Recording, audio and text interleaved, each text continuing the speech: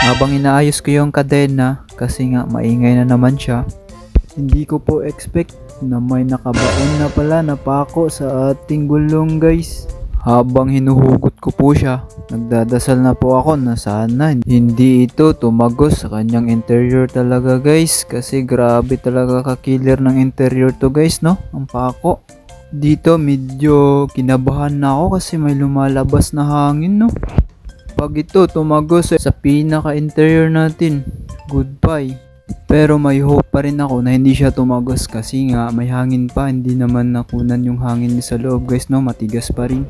Kaya di ko muna hinugot yung pako na nakabaon guys, baka siguro hindi siya nakunan ng hangin kasi nga natakpan pa yung butas. Baka pag hinugot natin to, lumabas agad lahat ng hangin niya guys, no. Pero ito na, the moment of truth. Hinugot na natin guys, no. Ang haba, mga di uno siguro yung haba niya guys. At mabuti na lang pahiga yung tama niya guys, no, hindi patayo. At feeling ko parang hindi siya tumagos sa interior guys kasi wala namang hangin na lumalabas. Pero syempre para sure, mag-test tayo guys. Lagyan natin ng tubig guys para sure kung may hangin ba talaga na lumalabas. Sana wala. At sa palagay ko matagal na tong nakabaon guys, no, kasi nauupod na siya.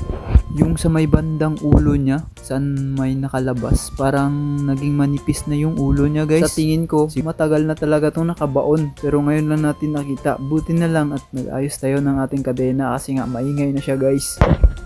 Dito, kuha muna ako ng tubig sa may gripo guys para ilagay natin kung saan tinamaan ng pako guys, no, para malaman natin kung may butas siya o wala. Pero dito sa method na to, hindi pa rin siya 100% sure na wala talagang butas guys, no. Malalaman na lang natin to bukas. Kung mabawasan yung hangin sa loob ng ating gulong guys, sigurado tumagos. Pero pag hindi, meaning wala. Secure.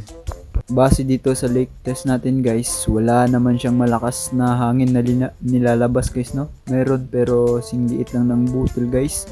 So parang kampante ako guys na hindi talaga ito tumagos. Sana hindi nga. Sana ay vacuum lang itong mga hangin na lumalabas ngayon guys, no. Maliban sa mahal na magpapunching, wasting time pa guys, no. Maaga pa tayo maglakad bukas. At for sure, walang maagang nag-o-open na shop bukas guys. Siguro mga 9 or 8 AM pa guys. Malalaman na lang natin to bukas kung tumagos siya or hindi. Hanggang dito na lang muna tayo. Paalam!